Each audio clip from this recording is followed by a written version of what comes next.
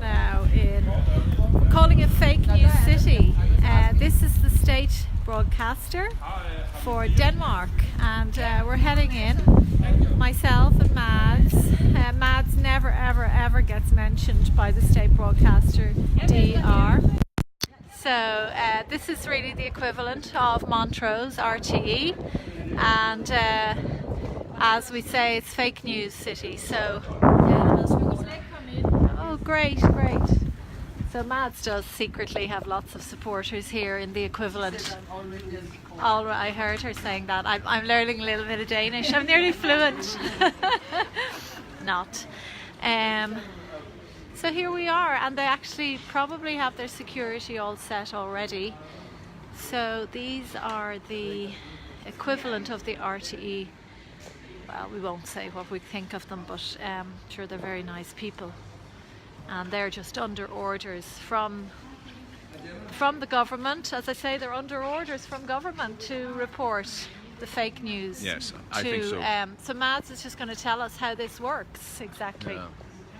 Well, the way you never get a mention, Mads, do you? No, I don't. I mean, I have been on radio once, Radio 24/7, a small radio station, once in 3 years, and I have not been on Danish television at all.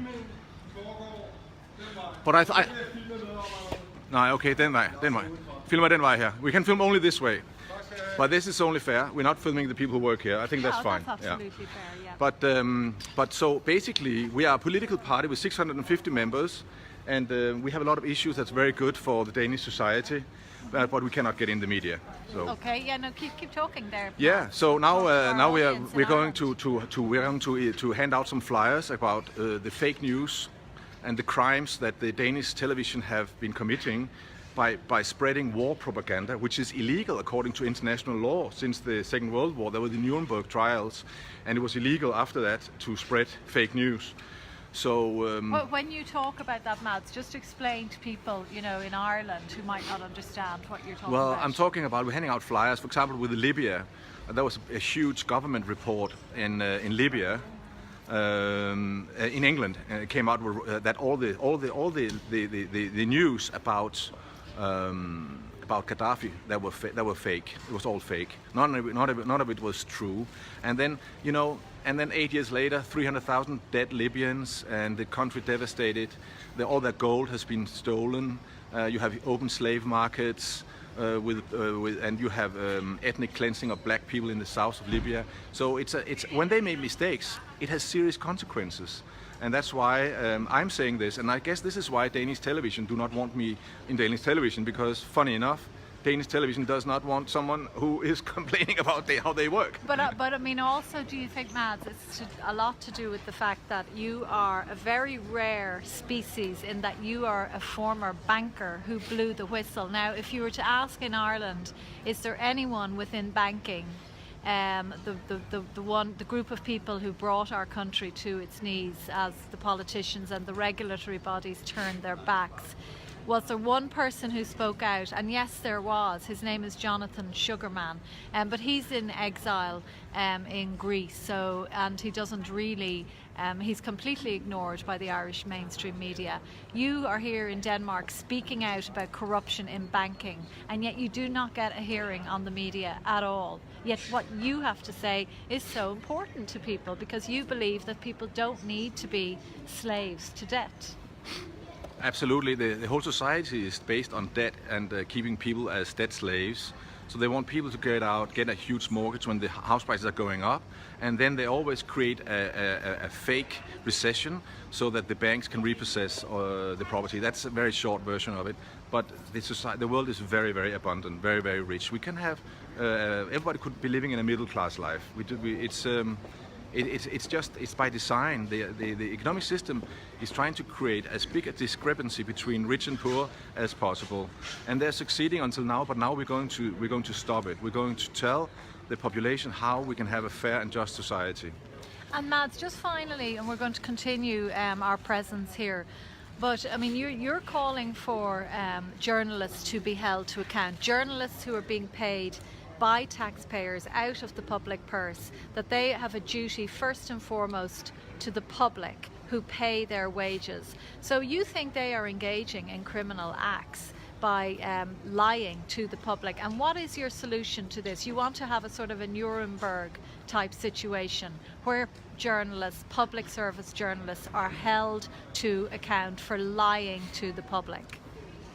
Yes, absolutely, and I'm not. This is not only about journalists. I mean, it could also be people who are abusing power locally in the small councils who are not delivering the service that the people of Denmark are paying tax for.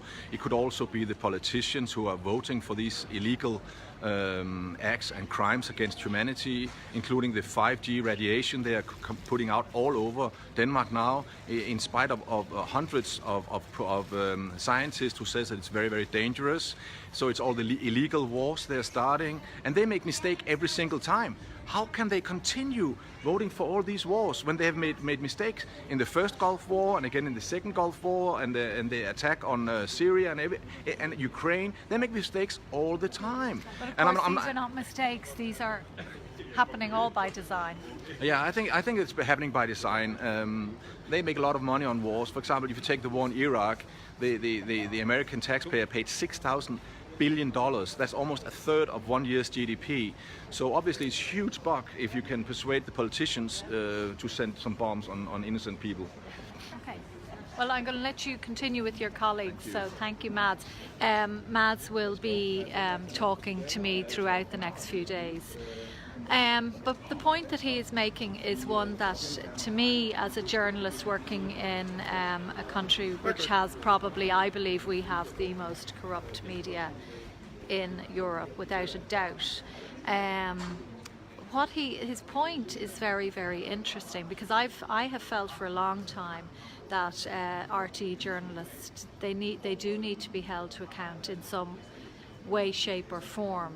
And what he is talking about is certainly once the power is taken away from all of the corrupt politicians in Dáil Éireann, and if the public start to make good choices about the sort of people they want running the country, it certainly is something that must be examined, in that all of those journalists in RTE who are deceiving the public day in, day out, there will have to be some form of punishment for them, be it through obviously the loss of their pensions. I mean, that goes without saying, but they may think today that they are immune by feeding out the nonsense and lies that they do every single evening at 6 o'clock and 9 o'clock, and brainwashing. Sadly, many of our people in Ireland are still being brainwashed by RTE, by the propaganda that they spew out every single night on behalf of their globalist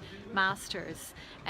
So because of the damage they're doing now, there will have to be some form of they will be held to account in the future. They may think now that they're safe, but in the future they will be held to account, because I know from working within the Independent for almost 20 years, you know, people go around and they know that they're doing wrong. They know that they're deceiving the public, and that they are just putting out whatever government tells them to put out. And I have tried to mobilise journalists in Ireland to say, look, you know, if you come together, you can shut down the print run of the Irish Independent, the Irish Times. You can stop the 6 o'clock news from going out, because there's enough of you. But they just will not do that. So that means they are complicit. They are absolutely complicit, and the most important aspect of a democracy, if a democracy is to function, it is for it to have a free press, and a press that works only on behalf of the public and serving the public. So, you know, this is why we are here today in the headquarters of the Danish state broadcaster, and we are going to be bringing this message to RTE soon, to D. Forbes, the Director General, who has some very interesting contacts and acquaintances, and also to John Williams, who is responsible for churning out all of the propaganda day in, day out. They need to be warned that this is coming to them too, and I'm sure that plenty of Irish people will put on their yellow vests and join us in that. But for now, we'll keep you abreast of what is happening here, and a lot of journalists hanging their heads down when they are walking out to get their coffee, and they know what MADS is about. They know that MADS is a breath of fresh air on the Danish political scene, and once the Danish people find out about MADS, they will want to vote for him. So it's top secret. They can't be told about him, and the secret is being kept under wraps here in the state broadcaster in Copenhagen. So I'll keep you posted with any updates, but for now, keep an eye out, and all the best from Denmark.